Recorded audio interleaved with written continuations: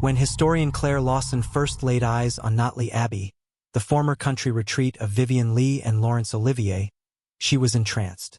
Its weathered stone walls and sprawling grounds in Buckinghamshire held a storied past. This was where two of Hollywood's brightest stars sought refuge from the world's prying eyes. But Claire wasn't here for its glamour. She was here to document rumors of the house's darker history, a history no biography dared explore. Her assignment took a sinister turn the first evening she stayed. As she unpacked her equipment in the chilly, high-ceilinged study, Claire noticed a faint smell of lavender, Vivien Leigh's favorite scent. She dismissed it as coincidence until a vintage rotary phone on the desk gave a shrill ring. It wasn't connected. Curious, she answered. A woman's voice whispered, trembling. "He's here, I can't breathe." Before Claire could respond, the line went dead. Shaken but rational, she attributed the event to a faulty recording device she'd brought along. Yet, as the days passed, Notley Abbey's peculiarities grew impossible to ignore. The staff she hired to help her with restoration work reported flickering lights, objects moving, and the eerie sound of someone reciting Shakespearean sonnets in the empty drawing room.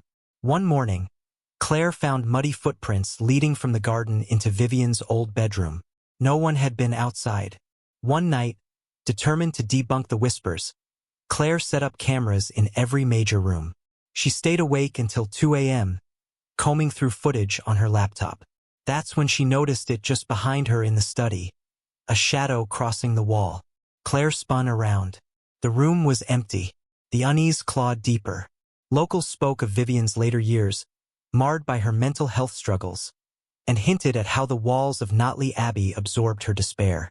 One villager claimed Olivier himself left abruptly after witnessing Vivien speaking to someone who wasn't there during a dinner party.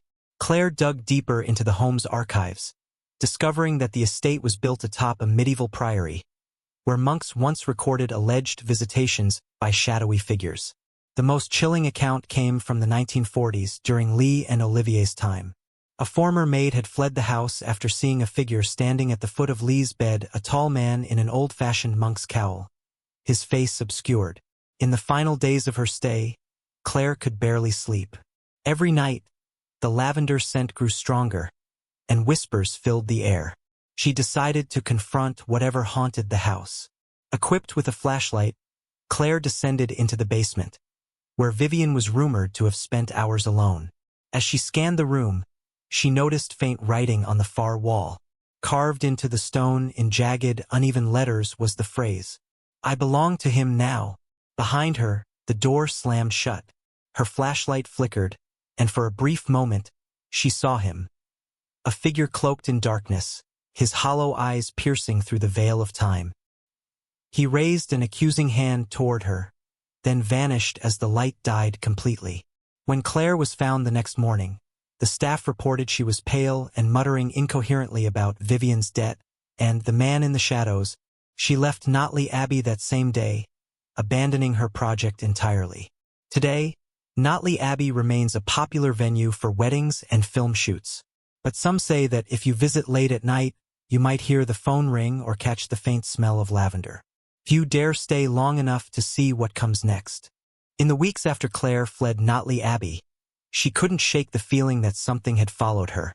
Back in her New York apartment, she tried to bury herself in other projects, but strange occurrences began to plague her.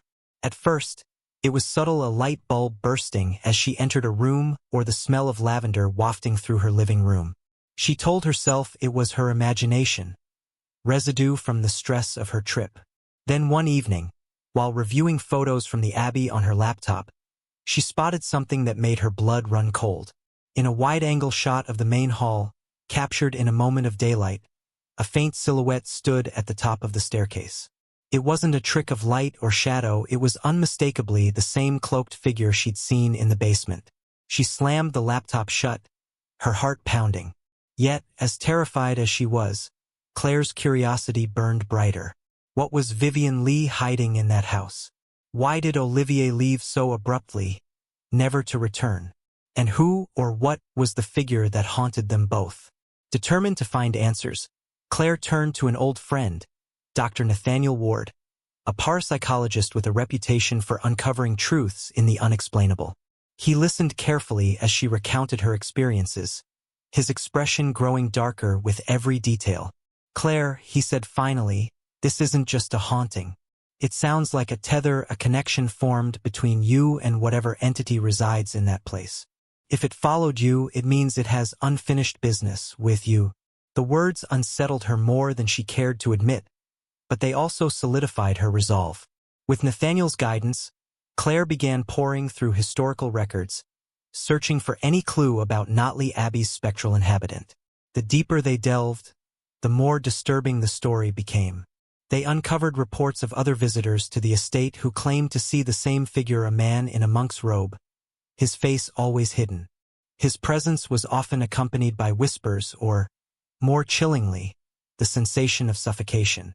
But the most disturbing detail came from a private letter written by a groundskeeper in 1953.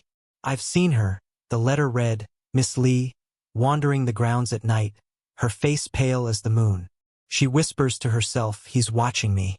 He's waiting.' She said the man promised to take what's his when the time comes." I don't know what she meant, but she looked terrified.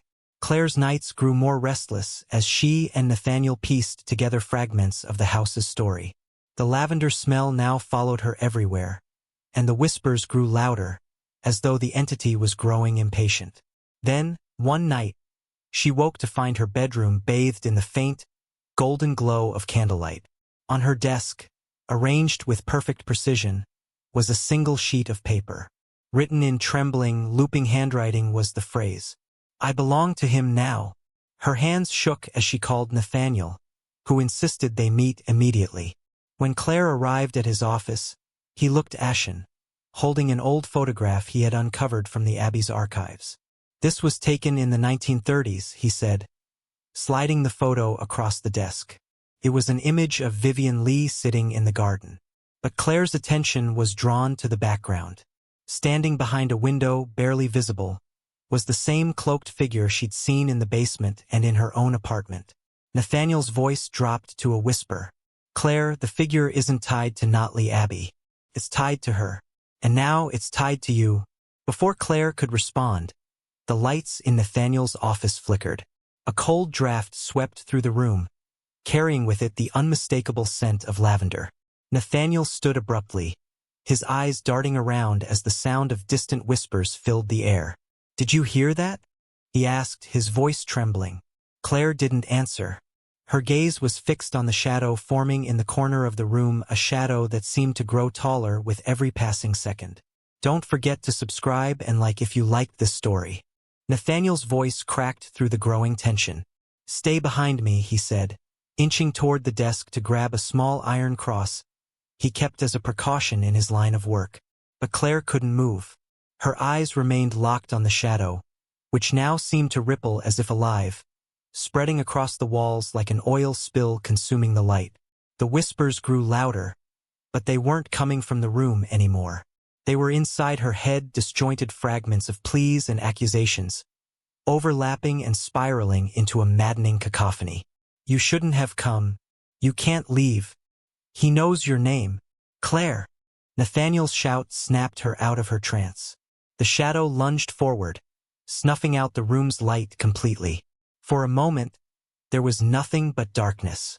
Then, a chilling voice emerged, deep and resonant, echoing as if from the depths of a cavern. "She promised. And now, so will you." The lights flickered back on, and the room was empty. No shadow, no whispers, just silence. Nathaniel, pale and visibly shaken, staggered to his desk and slumped into his chair.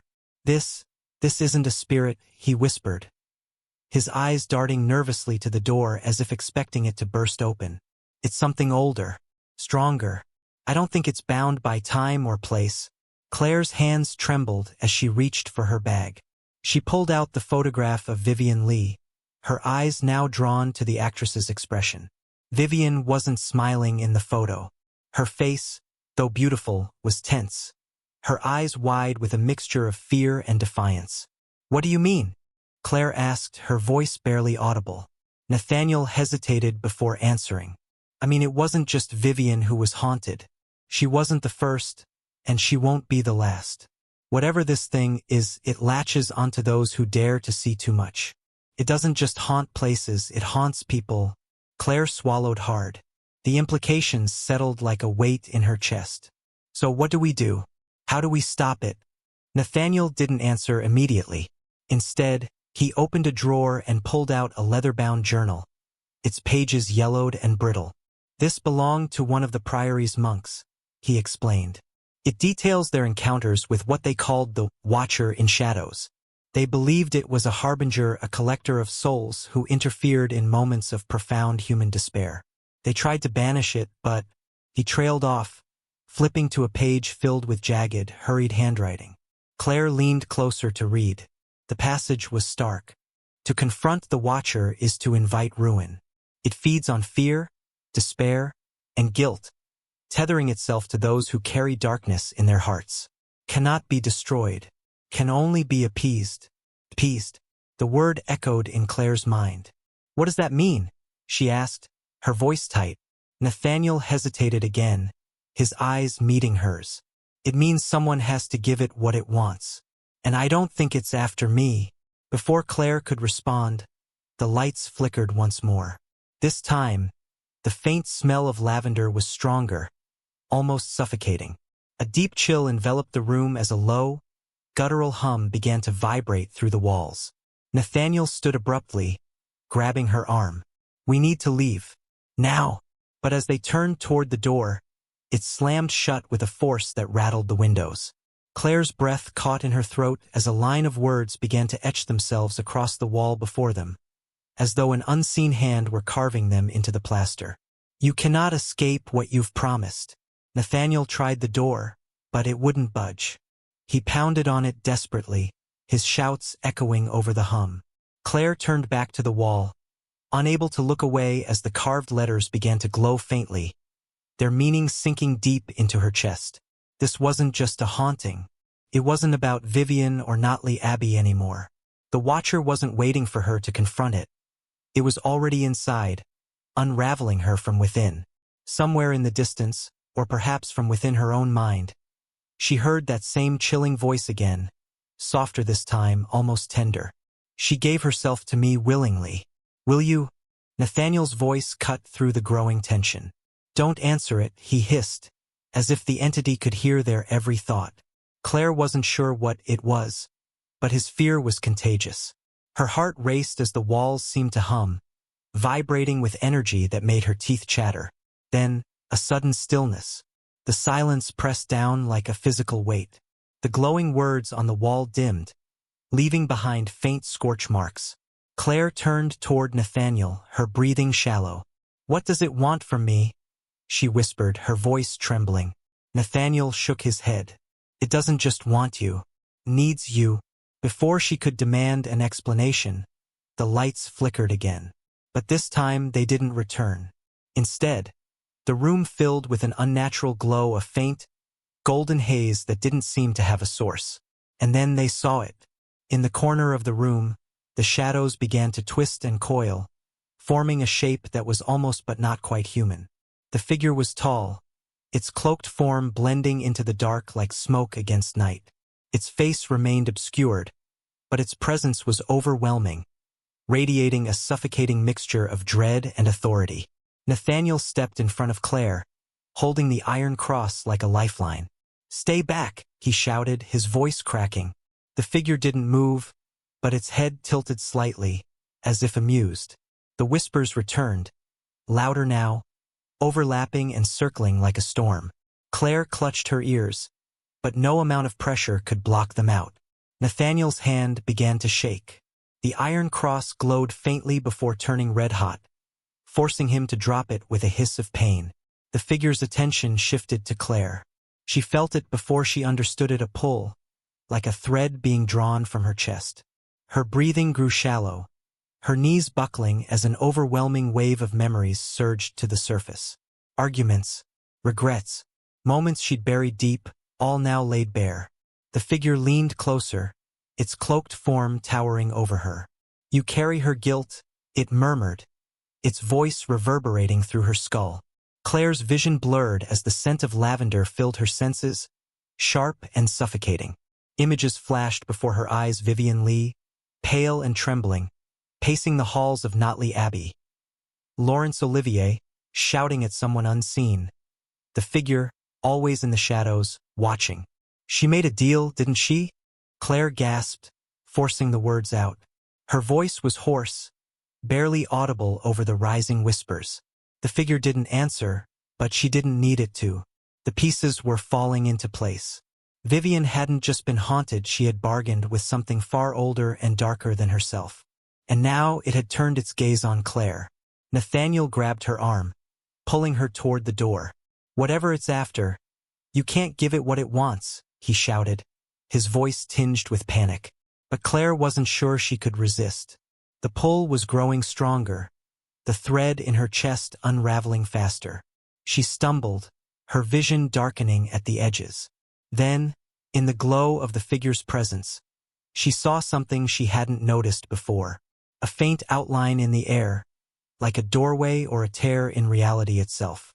On the other side was a glimpse of something incomprehensible. Shadows writhing, forming shapes that defied logic. And in the center of it all, Vivien Leigh's face stared back at her, pale and terrified, mouthing one word over and over: "Run." Nathaniel's shouts broke through the haze as he pounded against the door. "Claire, it's getting stronger, whatever you're doing. Stop." But she couldn't move. The figure stepped closer, its form now almost solid, and extended a hand toward her. Its voice softened, almost kind. "You can end this. Let me take it from you." A part of her wanted to reach out, to let it all go: the guilt, the fear, the weight of whatever legacy Vivien had unknowingly passed on. But then she saw it again, flickering like a phantom in her mind. Vivien's pale face, her desperate warning: "Run." And suddenly, Claire realized she wasn't just a victim. She was being given a choice one Vivien might not have had. But what would happen if she refused? What would it take instead? The shadows loomed closer, and the golden light began to pulse, dimming as the air thickened with unspoken tension. The figure's hand hovered inches from hers, waiting. The whispers reached a deafening crescendo, and Claire felt the weight of countless voices pressing down on her, urging her toward a decision. Then, as the golden light flickered one last time, something changed in the air, something that made Nathaniel stop pounding on the door and turn toward her with wide, horrified eyes. "Claire," he breathed. "Don't let it touch you." Claire hesitated, her trembling hand halfway to the figure's outstretched palm. The whispers pressed harder, urging her forward, promising release from the weight she didn't fully understand. But then she heard it again. Vivien's voice, faint and desperate, whispering one word: "Run." With a sudden burst of clarity, Claire yanked her hand back and stumbled away from the figure. The golden light pulsed violently, as though the room itself was reacting to her defiance. The figure straightened, its hand lowering, and the whispers shifted, no longer persuasive but sharp and angry, 1,000 voices overlapping in rage. Nathaniel grabbed her arm, pulling her toward the door. "We have to go now," he shouted, his voice barely audible over the rising din. The figure didn't follow, but its presence pressed against her like a storm. The words carved into the wall, "You cannot escape what you've promised," began to burn, the scorch marks glowing red-hot. Nathaniel slammed his shoulder into the door again and again, until it finally gave way. The two of them stumbled into the hallway, the oppressive air lifting slightly as they put distance between themselves and the room. But the smell of lavender lingered, stronger than ever, chasing them like a predator. "Where do we go?" Claire gasped, her voice raw. "The only place it won't follow," Nathaniel said, his face pale. "We have to sever the tether. And there's only one way to do that." Claire didn't ask what he meant, she wasn't sure she wanted to know. They burst out of the building into the cold night air, the sudden silence almost deafening. But she knew it wasn't over. Nathaniel led her to his car, throwing open the passenger door and shoving her inside. "There's a ritual," he said as he slid into the driver's seat, his hands shaking as he fumbled with the keys. "It's dangerous, but it might work." It'll break the bond between you and the entity. But if we screw it up? What happens if we screw it up? Claire asked, her heart pounding. Nathaniel didn't answer. He started the car and sped into the night, the glow of the city lights fading as they drove deeper into the countryside. Claire tried to catch her breath, but every time she closed her eyes, she saw the figure, its shadowy form reaching for her, promising her escape even as it sought to consume her. Hours later, they arrived at an ancient chapel, long abandoned and overgrown with ivy. Nathaniel explained in hushed tones that the site was once a place of power, where rituals were performed to seal malevolent entities away. We'll need to summon it, he said grimly, pulling out a bag of supplies. And then we'll banish it. Claire's stomach turned. Summon it? It's already following me. It has to be drawn into the circle, Nathaniel explained, laying out salt and candles in a precise pattern on the chapel floor. If it's not contained, the ritual won't work. And you'll have to confront it. The words hit her like a blow. Confront it? How? Nathaniel paused, his expression dark. It feeds on guilt, fear, and despair. You have to let go of what it's feeding on. If you can't, it will stay with you or worse. As the final candle was lit, the temperature in the chapel plummeted. The lavender scent returned, thick and choking, as shadows began to gather at the edges of the room. Claire stepped into the circle, her breath visible in the frigid air. The figure appeared slowly, emerging from the darkness like ink spreading across water. His presence filled the space, towering and oppressive. You cannot deny me, it said, its voice a resonant echo. You carry her debt, her guilt. It is yours now. Claire's mind raced. Vivien's debt, Vivien's guilt. What had she done? Images flooded her mind again. Vivien pacing the halls of Notley Abbey, her anguished whispers. Olivier leaving in anger. The figure standing in the shadows, always watching. And then a moment she hadn't seen before, Vivien, kneeling in her bedroom, clutching a mirror and whispering desperately, "I'll give you anything. Just let me be free." Claire realized the truth. Vivien had bargained with the entity to escape her own demons, and in doing so, had tethered it to herself and to anyone who uncovered her secret. "I'm not her," Claire shouted, her voice trembling but firm. "You don't own me." The figure loomed closer, its form shifting, its voice sharper. "You carry her guilt, her despair. You cannot escape it." But Claire finally understood. She didn't have to carry it. "It's not mine," she said, her voice steady now. "It never was." The figure froze. For a moment, the room was utterly silent. Then the shadows began to recede, the lavender scent fading with them. The figure let out a sound, a low, guttural growl that shook the walls before dissolving into nothing. Nathaniel rushed to her side as the candles flickered out, the circle's glow fading. "Did it work?" he asked, his voice hushed. Claire looked around, the air lighter now, the oppressive presence gone. She nodded, though her knees nearly gave out beneath her. "I think so." But as they left the chapel, Claire couldn't shake the feeling that something was still watching.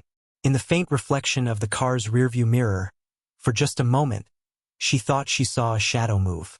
Don't forget to subscribe and like if you liked this story. Any coincidences with real events or characters are accidental.